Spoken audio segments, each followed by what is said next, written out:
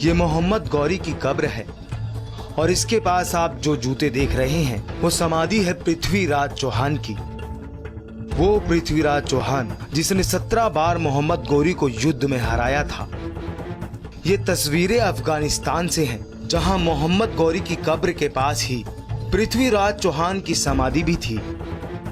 कहा जाता है कि कब्र देखने आने वालों के लिए यह अनिवार्य था कि वो पहले पृथ्वीराज चौहान की समाधि को जूते मारे और फिर कब्र के दर्शन करें, जिसके लिए वहां बाकायदा जूते भी रखे गए थे। लेकिन एक ऐसा शख्स था जो जब जब इस बात को सुनता तो उसका खून खौल उठता था। वो शख्स है शेर सिंह राणा।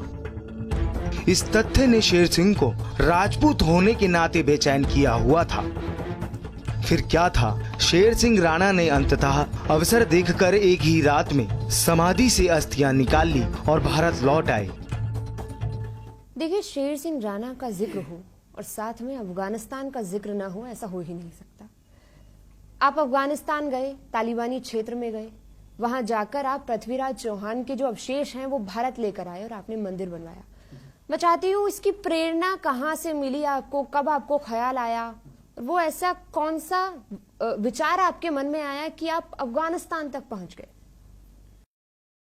सन 2001 में जब फूलन देवी के केस में मुझे जेल में भेजा गया, तिहाड़ जेल में, तो तिहाड़ जेल में रहने के दौरान एक दिन अचानक ही मैं न्यूज़पेपर पढ़ रहा था, तो मैंने उसमें खबर देखी कि कुछ सामाजिक संगठन जो हैं वो धरना प्रदर्शन कर रहे हैं जंतर मंतर पर, और उनका मकसद ये है कि जो हमारे देश के आखिरी भारतीय सम्राट पृथ्वीराज चौहान जी हैं, उनकी जो समाधि है वो अफ़गानिस्तान में है और उसको जूते चप्पल मार के वहाँ पे पिछले 800 सालों से उनका अपमान किया जाता है। तो जब ये खबर मैंने अखबार में पढ़ी तो इत्तेफाक से मेरे साथ जिस वार्ड में मैं था तिहाड़ जेल के, वहाँ पे कुछ तालिबानी आतंकवादी भी मेरे साथ बंद थे।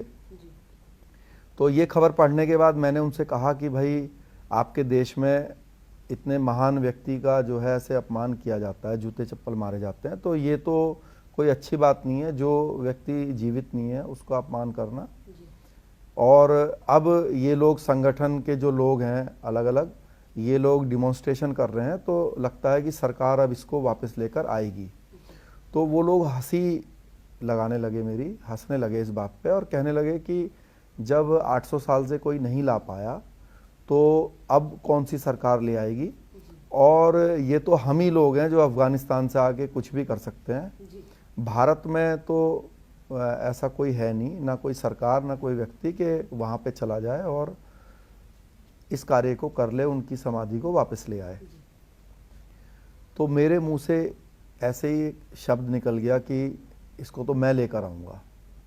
तो वो और ज़्यादा हंसने लगे, कहने लगे कि हमारे इतने बड़े बड़े संगठन हैं, हम लोग इतने सालों से तिहाड़ जेल में बंद हैं, तो हम लोग तिहाड़ जेल से नहीं निकल पाते, तो आप तो एक साधारण से व्यक्ति हो, तो अफ़गानिस्तान जाने की आप बात कर रहे हो, पहले तिहाड़ जेल से ही निकल जाइए। तो मैंने कहा कि तिहाड़ से भी निकलेंगे और अफ़गानिस्तान भी जाएंगे। तो ऐसी मेरी तो इतनी बड़ी हैसियत नहीं है कि मैं वहाँ पे जा पाता है या तिहाड़ से निकल पाता, लेकिन मुझे आज महसूस होता है कि शायद ईश्वर की ऐसी इच्छा थी कि ये कार्य उन्होंने मेरे हाथों से लिखा हुआ था। तो जब ऐसा सरस्वती जी ने मुँह से बुलवा दिया तो फिर ऐसा माहौल बनता चला गया, और सन 2004 में मैं दिल्ली की तिहाड़ जेल से एस्केप हुआ, जो हमारे देश की आज तक की सबसे बड़ी एस्केपिंग भी मानी जाती है। तो तिहाड़ से निकलकर फिर बांग्लादेश, दुबई होते हुए मैं अफ़गानिस्तान गया, और वहाँ पहुँचने के बाद जो है सबसे पहले काबुल हवाई अड्डे से उतरा और वहाँ रहा, कंधार गया, गजनी गया, हेरात गया, अफ़गानिस्तान के अनेक स्थानों पर गया, खोजबीन की कि कहाँ पर जो है इनकी समाधि मौजूद है। और करीब 1.5 महीने के प्रयास के बाद मुझे पता चला उनकी मिट्टी और अन्य सामान और लाया जा सकता था। वो सभी सामान लेकर, वो मिट्टी लेकर मैं वापस भारत आया, और कलकत्ता में गंगा जी में मैंने उनकी मिट्टी को जो है प्रवाहित किया, और जो बची हुई चीज़ें थी और जो मिट्टी थी वो मैंने कुछ सामाजिक संगठनों के सुपुर्द किया, जिन्होंने एक चबूतरे का निर्माण कराया। वो सारा सामान उसके अंदर रख के एक स्मारक के रूप में यहाँ पर जिला मैनपुरी में, उत्तर प्रदेश में। देखिए, पूरा किस्सा जब मैं सुनती हूँ, जिस तरीके से आपने बताया कि किस तरीके से आप अफगानिस्तान गए और वहाँ से उनके अवशेष लेकर आए, तो ये समझ में भी आता है कि बड़े पर्दे पर इसे एक फिल्म के रूप में उतारने की तैयारी क्यों हो रही है। अभी जो मैंने आपसे बताया ये बड़ा संक्षिप्त में बताया, शॉर्ट में बताया, और लोगों में ये बात सुनने के बाद एक जिज्ञासा जागती है कि कैसे तिहाड़ से निकले होंगे, कैसे अफगानिस्तान में पहुंचे होंगे, वहाँ पर किस किस चीज़ों का सामना किया होगा। तो लोगों की बहुत भारी संख्या में, लाखों करोड़ों लोगों की इच्छा है कि वो इस चीज़ को पूरे अच्छे से देखें, जानें। तो फिल्म ही एक ऐसा माध्यम होता है बड़े स्तर पे कि आप जो है चीज़ों को दिखा सकते हैं।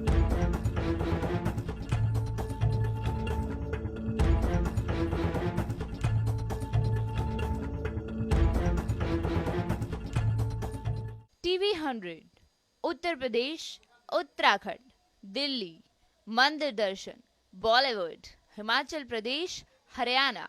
फैक्ट और मोटिवेशन के लिए चैनल को लाइक करें, सब्सक्राइब करें और बेल आइकन को प्रेस करना ना भूलें।